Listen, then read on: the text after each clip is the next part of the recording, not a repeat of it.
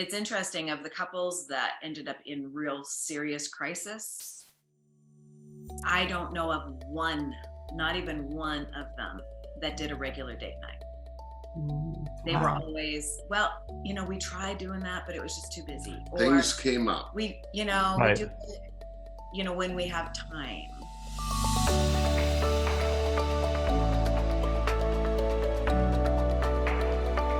Welcome to the Couplepreneur Life podcast. In this episode, we have pastors Ralph and Joanne Hoehne. And little secret, they are our pastors. They are our pastors. We love them. In fact, it was fun. We get into discussion how we discovered them, but they're not just pastors. So don't cut out us. They're not just pastors.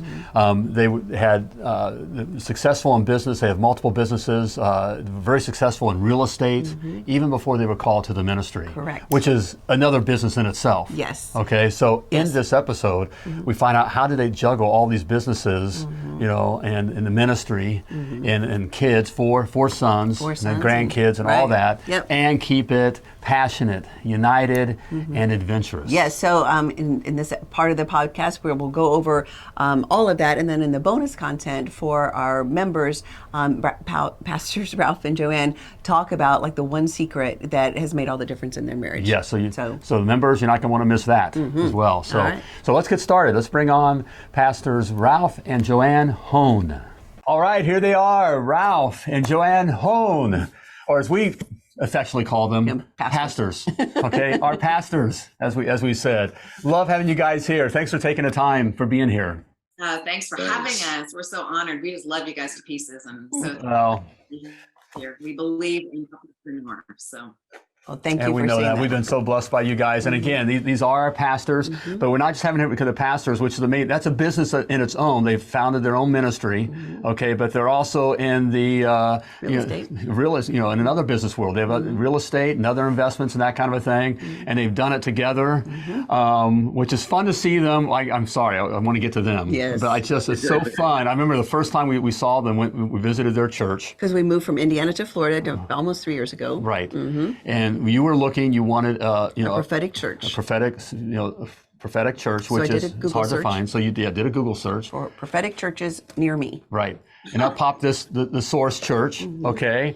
And it's Ralph and pastored by Ralph and Joanne Hoehne. And so, we read their bio and they're in business and that kind of a thing. And husband and wife. So let's go check them out. And so we did that. And so we loved, from the first time we saw you guys, we fell in love with you and saw you on the platform and speaking. Of course, they're right. And we love the way you preach. But we love the style too, because we could see it as a couplepreneur. You could see it actually in front.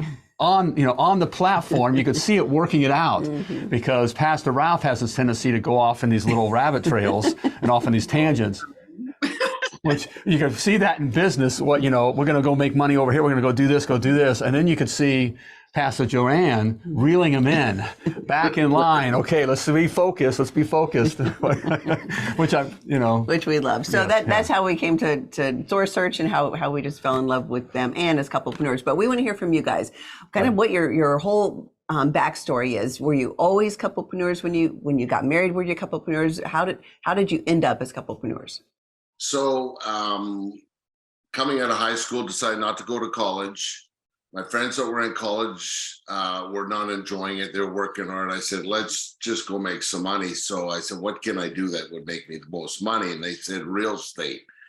So I started in real estate when I was 18. And I had to look a lot older back then to sell real estate. But thankfully, I had one of those big mustaches so I could get away with it. But we got going with that for many, many years. Then we got married 33 years ago. So we got married 5 years into him doing real estate. Yeah. Okay. And that was an adjustment. You work evenings and you're newly married, working days. So it was an adjustment for us that first couple of years. So in the first couple of years, we realized this lifestyle is not going to work. So I decided to quit my job, and he carried on real estate, started having kids. And I think the couplepreneur aspect of it just kind of started. I didn't have a real estate license. That wasn't my world, but I just started picking up on the gist of it and started just saying, hey, I have some ideas. And so that's kind of how it worked. And there was a few times I brought suggestions and he didn't listen and it cost him. And so then he started learning how to value my opinion. That's when you say, ouch. Yes, I can relate to that. I relate to that one. And then as we kind of grew and started, just trusting, he started trusting me more in that business realm, even though I wasn't hands-on every day in that real estate business, he started valuing my opinion. And so there were a few times that I kind of saved our bacon just by what I was feeling in my spirit was a wrong move. And so that's kind of how we really, in that side of our life, in the business side, learned to just partner up and really make sure we're making decisions together. Even if my hands aren't always hands-on, and sometimes they are, but most of the time they're not. It's that strategy, it's the that sense of there's something not right in this. Part of this is for a lot of men that are chauvinistic driven, that it's me. If you've got a good wife that she's got a sonar system built in, and if you can listen to that sonar system, it will save you a lot of trouble. And I say it this way: I say, you go to a restaurant and we're sitting down having dinner, and my wife will look over and she says, that guy in the corner's undressing me with his eyes. And I'm thinking, I'm just eating dinner. Yeah. Because we're literally clueless. Most men are very clueless to that. But it's like the sonar is like red lights are flashing, the sirens are going. And I think in relationships and dealing with business, there's a power when, there's a reason why God made the two one, and they were to be co-partners together. That if you listen to that partner that God's blessed you with, like our wives, it can save you a lot of trouble and a lot of money. That's absolutely. And I so relate to that side of things. I know it is difficult for men. I'm glad that you just brought it right to the point, because we're driven, right? And so it can be hard to learn to listen to our wives. And so many, when I look at the times that I haven't been as successful or things haven't worked out as well, I failed to listen to you closely. Right, because we do, as women, we do have that women's intuition, right? What is that? I don't know. We'll ask God when we get to heaven, I guess. One thing that we talk to our clients about too, because we coach husbands and wives that work together, and we always say, when you're bringing on an employee, especially in the beginning, let the wife interview, because we call it the creep factor. She can pick up on the creep factor where the man typically can't, and there's nothing right or wrong about it. It's just how we're wired. So that makes a huge difference. All right, so as couplepreneurs, so you started out, got the real estate, right? And then at some point you decided, let's start a church. Well, we didn't decide that. God kind of pushed us into it. We agreed to do it. So that was 15 years ago. And, looking at traditional roles of churches, I was thinking, okay, you'll pastor. But for the previous year and just over a year, we had been leading a small group, the two of us. And he pulled me into that. He wanted us to do it together. I'm like, I don't speak to people. But in that small group, we ended up having this back and forth thing that God started using us for. And so when we launched the church, he's like, no, that's how we started. That's what God's blessing. That's where we're going with this. And so we do preach together, as you guys said, in this back and forth style. And that's kind of how we started. So we started co-pastoring. I'm not the pastor's wife. I am a co-pastor. We have equal leadership roles within the church. And so that's kind of how that started. Now, as far as the couplepreneur aspect of that, he was still full-time real estate at the time. I was homeschooling 4 kids. And 4 boys. 4 boys, yes. So thankfully I had a tutor to help me with that. But so what ended up happening was I ended up taking a lot of the administrative leadership side of things because he simply just didn't have time. And that stretched me. I didn't know that I was capable of that, but what I discovered was there was a lot more inside of me in that than I realized. And so that's just kind of how we ended up.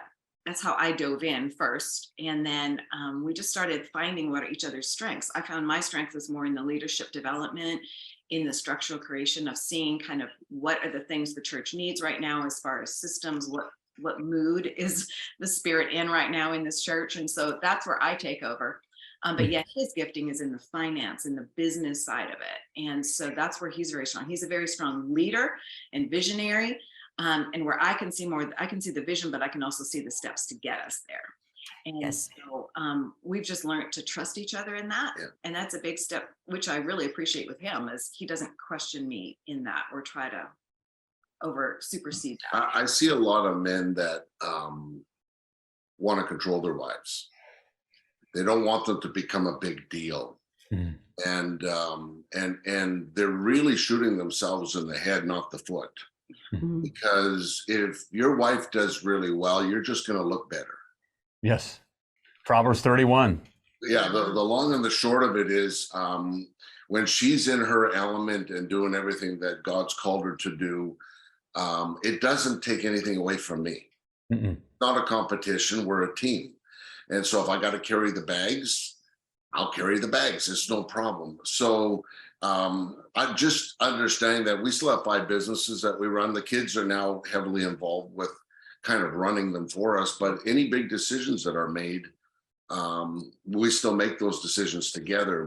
I don't say, oh, she's too busy, I'll just take care of that. I've learned in doing that, I can get into trouble.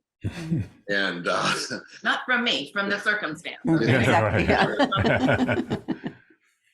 thanks for clarifying. I just Okay, right. No, Yeah.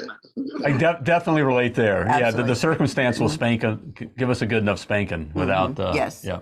So what was your biggest struggle in the beginning as, I guess when you started the church, right? From a couplepreneur standpoint, or however, whatever you want to share, what was your biggest struggle that you can look back on and say, man, I don't want to go through that again? Yeah, because as you're thinking there, I don't mean to cut in, because I think the church aspect, certainly the business, the real estate, and your other investment, your other businesses can make sense. But historically in the church, it is just that. There's one pastor, and normally it's male, that kind of a thing. Mm-hmm. And so starting the church and then sharing leadership, Right. What was your biggest struggle in actually? I know what hers is, but I'll let her go first. Oh, I don't know if you know what mine is or not, but I think honestly for me, as in the couple, like the home format is different than the ministry format. Mhm. In our home, he's the head of our home. In our ministry, the Bible says there's neither male nor female. And so it's a different structure within our ministry. We're partners. Mhm. And so I think at times there was a struggle for him to just kind of, I don't agree with you, so I'm just going to do what we're going to do. And just in the early days, as we tried to figure out what is this balance, no, we're not taking our home life into this. Now we're trying to find what God's actual format was. And it didn't take long at all for him to just kind of like, you know what, honey, I trust you. And that was, I think, more in the building trust aspect of things of, oh, I see you can handle this, that kind of thing. But for me, learning that I can take an active role and kind of trying to get rid of traditional mindset that says, oh, you don't have a place there. Mm. You aren't as good, or, you shouldn't be a pastor, because, that's the main thing for 5 years coming at me. Our first 5 years was people coming in, calling me a witch, a Jezebel, calling me demonic, that you have to get her off the platform. So for me, that was the hardest aspect of not even that he was diminishing me, but that I wasn't rightfully standing in my own authority and ability to be that equal in ministry. I think that was one of the biggest struggles for me. A lot of cheap shots. And I a lot of people came to us and they said if she'd be off the platform, you'd be a lot larger church. Wow. Probably true. That is probably an absolute fact, but the reality of it is God called us both to do it. And to be honest with you, I'm not a detail person. Mhm. So I just want to load the gun and fire it off. And wherever it lands, it lands. Um, That's right. and- Ah, so You can relate probably to that. I just want to get from A to B, and if there's a few dead bodies along the way, it's just the price of business. That's how it is. So be it. You know, That's why Pastor Ralph, I think we were also friends. I know you're my pastor, but I so relate to that. Like, stop, don't do that. Yes. You can't do that. And so that's where the balance comes in, where instead of, you have to enjoy the ride and have a sip of coffee along the way, that we can sometimes, if we're too driven, we can miss that. And I think that was probably the biggest struggle. As I said, everyone's coming against me. So in my own mind, I'm feeling inferior, feeling like I can't stand up. For him to find that, for us both to find that balance in ministry, in this aspect of our couplepreneur, to both respect and honor and fully encourage each other to step into that role and find that confidence. And, we found that confidence, and it just makes everything so much easier when we both realize we have value that's just as important as the other. Oh, and I love how you guys do it. And Pastor Joanne, I'll say that I think the church is large and was going to be even larger because of both of you. And I love how you do carry. You're definitely a leader, and you can feel your strength. You're not lost at all. But as a man, as a husband, as a co-leader in our business, I love that you also make it aware.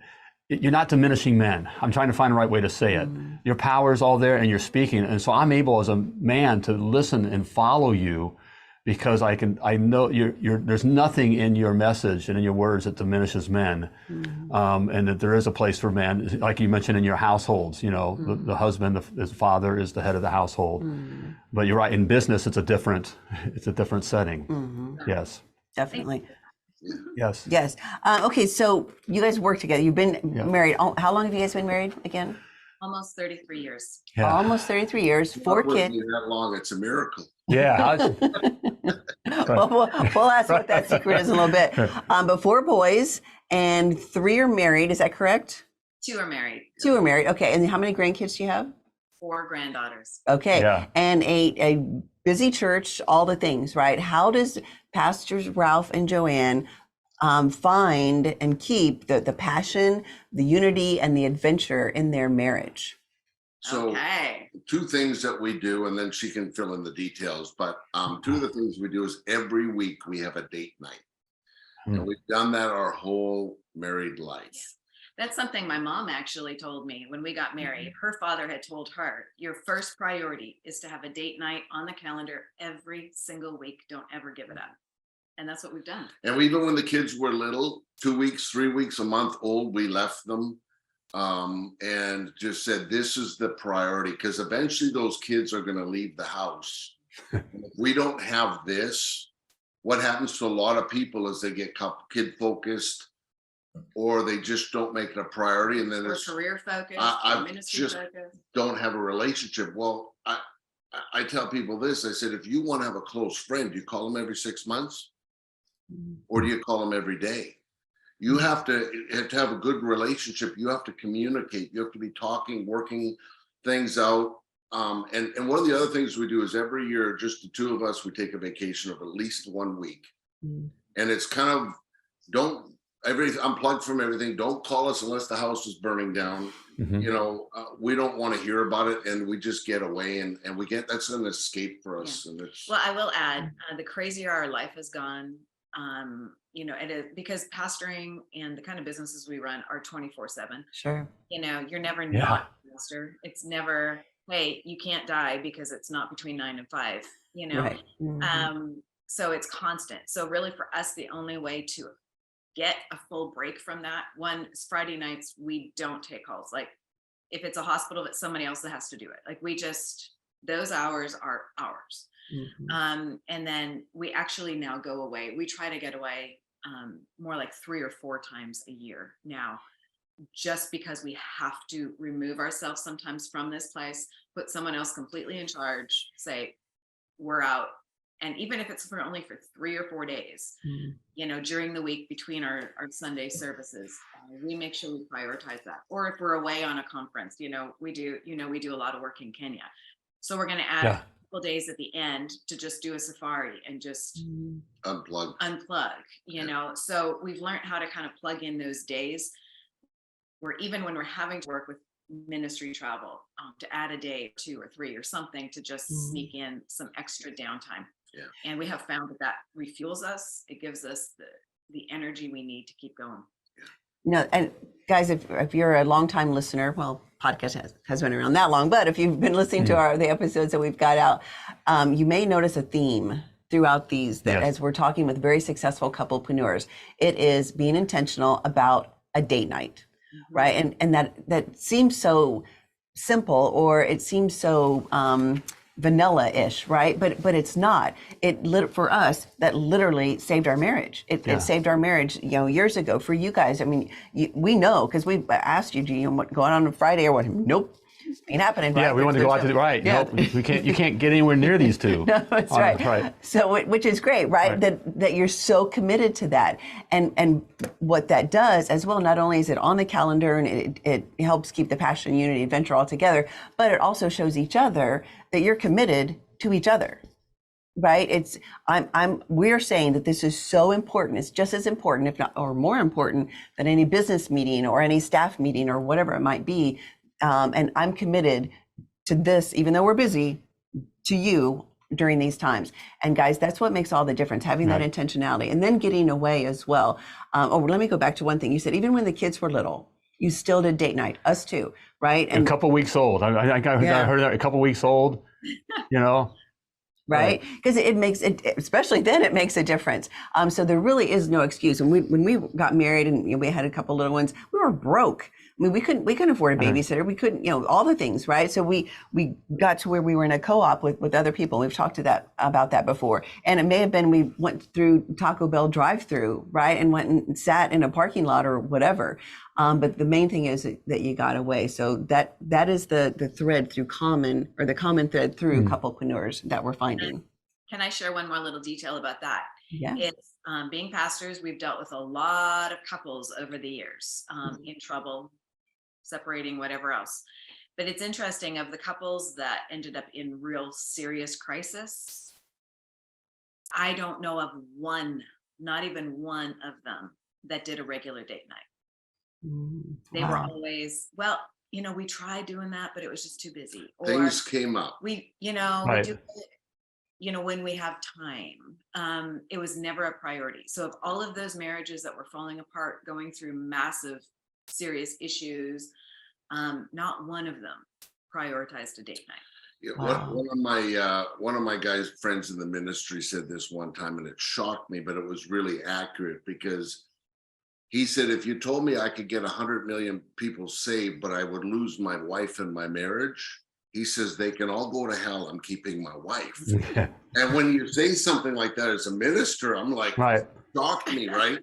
But he was letting everybody know my number one priority is my life and my family. My family that the Lord has given me, and that's what I'm going to be held responsible for. And I thought, wow, took a lot of guts to say something like that, and it shocks you a little bit, but it just shows the importance of having that relationship strong. Sure. Well, and if you have that, right, if you commit to that and you have that relationship strong, then all the other areas in your life are affected, good or bad, right? But if you commit to that, then more than likely he is going to build a larger church. He is going to affect more people, because the main priority, his wife is the main priority, his family, and that spills over into, again, the ministry or whatever it might. And we can see that in you guys. So being under your leadership and you're under your church, and you're on the platform there, we can tell that it's just not business or ministry for you two. You could tell that your energy, you're connected, and that's intent, because you're able to have these times. And we know you're busy, because we know we've gotten to know you. We have multiple businesses, very successful, and the ministry. You throw all that together, and kids and grandkids now, all that stuff together. There isn't. You have every excuse to not be focused on one another. But you can tell that you guys are, because again, we can feel that energy, which then also helps us trust in your leadership, if that makes sense. And so it does spill out. But you got to For be sure. intentional. Yes, Yeah. and really wise words, guys. It's Yeah. listeners. These are pastors that they deal with all the problems of all the things. I mean, Right. I'm sure there's not anything you have not seen, right? And then some. But like you said, dealing with hurting marriages and marriages that are headed toward divorce or maybe even getting divorced, they've seen it all. And so that's wise words that even that one thing could make all the difference. So of date night. And you know what? It's cheaper to stay married. Yeah. It's a good business decision. He told me this. He says, it's cheaper for me to date my wife and give her whatever she wants, because he says, if I don't, I'll be like the rest of them. I got to split everything up. Right. So, in the humor of that. So it's a business decision. Yeah, it's Yes. a really good business decision. To stay married, that too. Yeah. Okay, so how do you guys leave work at work? People are asking us all the time, and we say this on the podcast, you know, there's the myth of needs to be a work-life balance. It needs to be 50-50 and perfect and whatever, right? Which we don't believe there's such a thing as that. But how do you guys, do you leave work at work? Do you have set rules about we're not talking any of the businesses, the ministry or whatever after a certain time, or how do you guys work that out? I wish we could. Yeah. But those are our date nights. I will preach to him, don't look at your phone, don't open an email, don't do anything. We aren't talking about the business tonight. We're not talking. We get that all out of our system before we even leave the house for a date night. Okay, anything else you want to talk about work, about church, about the kids, about anything? Because we're not talking about it on date night. So for us, we still make sure like every night that we have time that is not talking business, you know, because our hours, as I said, ministry is a little different. You can get calls at all kinds of different weird times. And crises. Yeah. People get taken to the hospital. And Yeah, so it's just a little bit different. But we do come home, we do talk, because as much as we work together 24/7, we also are doing separate things throughout that day. So we come home, we connect, all that kind of stuff. But we usually always make sure there's an hour or two at the end of the day where we're just not talking about any of that, where, you know, we can watch a movie, we can talk, we can just hang out, whatever that looks like that is not work related, to make sure we're still staying in a balance of that work private life, or going out for dinner, or, you know, whatever that might be. But then on our date nights, it's a strict rule. So you have to figure out how to get downtime in your life every day.